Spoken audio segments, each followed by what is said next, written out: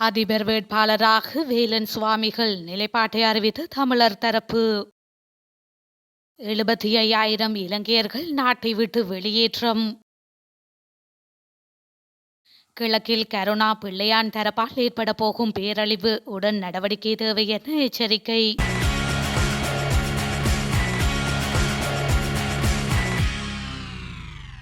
நடக்க இருக்கும் அதிபர் தேர்தலில் தமிழ் பொது வேட்பாளர் ஒருவர் களமிறக்கப்படுவதாக இருந்தால் அதற்கு வேலன் சுவாமிகள் தகுதியானவர் என நாடாளுமன்ற உறுப்பினர் சி.வி. விக்னேஸ்வரன் தெரிவித்துள்ளார். அதிபர் தேர்தலில் தமிழ் பொது வேட்பாளர் ஒருவர் களமிறக்கப்பட்டால் தமிழர்கள் வாக்குகளை பிரிக்கக்கூடாது என ஐக்கிய தேசிய கட்சியின் தவிசாளர் வஜிர அபேவர்த்தன தெரிவித்தமை தொடர்பில் ஊடகங்களுக்கு விளக்கமளிக்கும் போதே அவர் மேற்கண்டவாறு குறிப்பிட்டுள்ளார். அவர் தொடர்ந்தும் கூறுகையில், எதிர்வரும் அதிபர் தேர்தலில் தமிழ் பொது வேட்பாளர் ஒருவர் களமிறக்கப்பட்டால் வஜிர அபேவர்த்தன கூறுவது போல் தமிழர்களின் வாக்குகள் பிளவுபடாது. மாறாக இதுவரை காலமும் பெரும்பான்மையின வேட்பாளர்களுக்கு வாக்களித்து அனைத்து தமிழர்களும் ஒன்றிணைந்து தமிழ் பொது வேட்பாளருக்கு வாக்களிப்பர். எனவே இதுவரை காலமும் பெரும்பான்மை அரசியல்வாதிகளால் தமிழ் மக்கள் எவ்வாறு ஏமாற்றப்பட்டார்கள் என்பதை உலகுக்கு எடுத்துரைப்பதற்கு இது மிகச்சிறந்ததொரு சந்தர்ப்பமாகும்.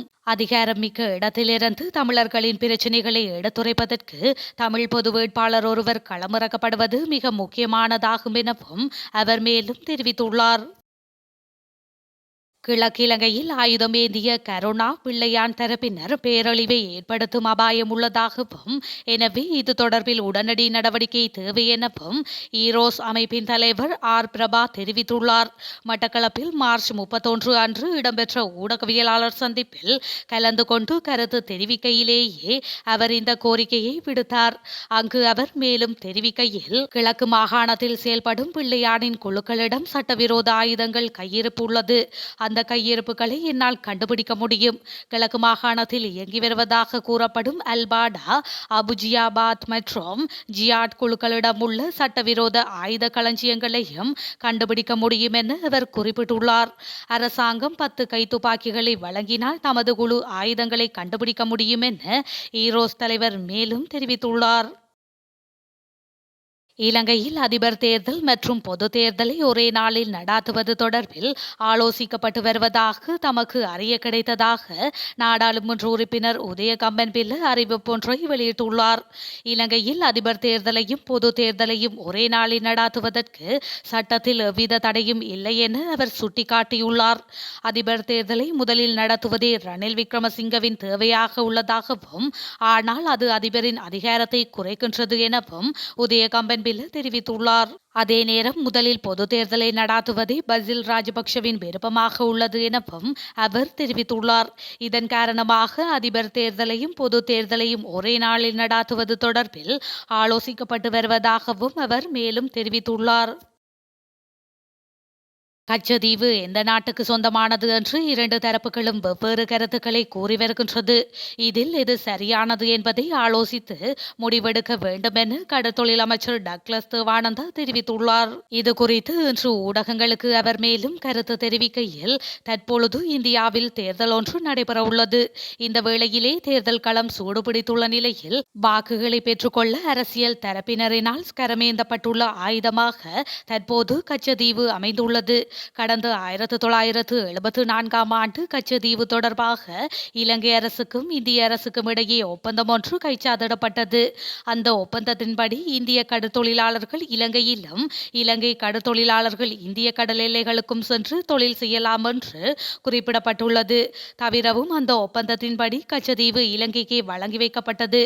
இதனால் இந்த விவாதமும் அவசியமற்றது என்று அவர் மேலும் தெரிவித்துள்ளார். மாலைதீவிலிருந்து இந்திய ராணுவ படையின் 2வது குழு இந்த மாதத்திற்குள் வெளியேறும் என்று அந்த நாட்டு அதிபர் மோயிஸ் தெரிவித்துள்ளார். மாலைதீவுக்கு மருத்துவ உதவி மற்றும் மனிதாபிமான சேவைகளுக்காக 2 அதிநவீன இலகுரக ஹெலிகாப்டர்கள், ஒரு டேர்னியர் விமானம் ஆகியவற்றை இந்தியா வழங்கியது. அவற்றை அந்த நாட்டில் பராமரித்து இயக்குவது உள்ளிட்ட பணிகளில் 88 இந்திய ராணுவ வீரர்கள் ஈடுபட்டனர். அந்த வீரர்களை திரும்ப பெறுமாறு சீன ஆதரவாளரான அதிபர் மோயிஸ் இந்திய அரசிடம் வலியுறுத்தினார். இதனால் இந்தியா மாலைதீவு இடையிலான உறவில் விரிசல் ஏற்பட்டது. கடந்த பிப்ரவரி 2ஆம் தேதி டெல்லியில் இரு நாடுகளுக்கு இடையே உயர்நிலை கூட்டம் நடைபெற்றமையும் குறிப்பிடத்தக்கது. இலங்கையில் தமிழ் மற்றும் சிங்களம் தொடர்பில் காணப்படும் பிளவுகள் ஆட்சியாளர்களால் மேற்கொள்ளப்பட்டதாக தேசிய மக்கள் சக்தியின் தலைவர் அனுரகுமார திசாநாயக்கு தெரிவித்துள்ளார். யாழ்ப்பாணத்தில் இன்றைய தினம் நடைபெற்ற ஆசிரியர் சேவை சங்கத்தின் மாநாட்டில் உரையாற்றும் போதே அவர் மேற்கண்டவாறு குறிப்பிட்டுள்ளார். அத்தோடு ஸ்ரீலங்கா அரசியலமைப்பின் 13வது திருத்தத்தை நடைமுறைப்படுத்துவதாக கூறி மக்களுடன் ஒப்பந்தம் ஒன்றை மேற்கொள்வதற்காகத்தான் யாழ்ப்பாணத்துக்கு பயணத்தை மேற்கொள்ளவில்லை எனவும் அவர் தெரிவித்துள்ளார்.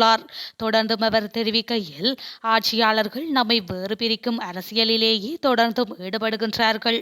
அரசியல் நலனுக்கான இனவாத அரசியலே அவர்களது முதன்மையான நோக்கமாக இருந்துள்ளது என அவர் மேலும் தெரிவித்துள்ளார்.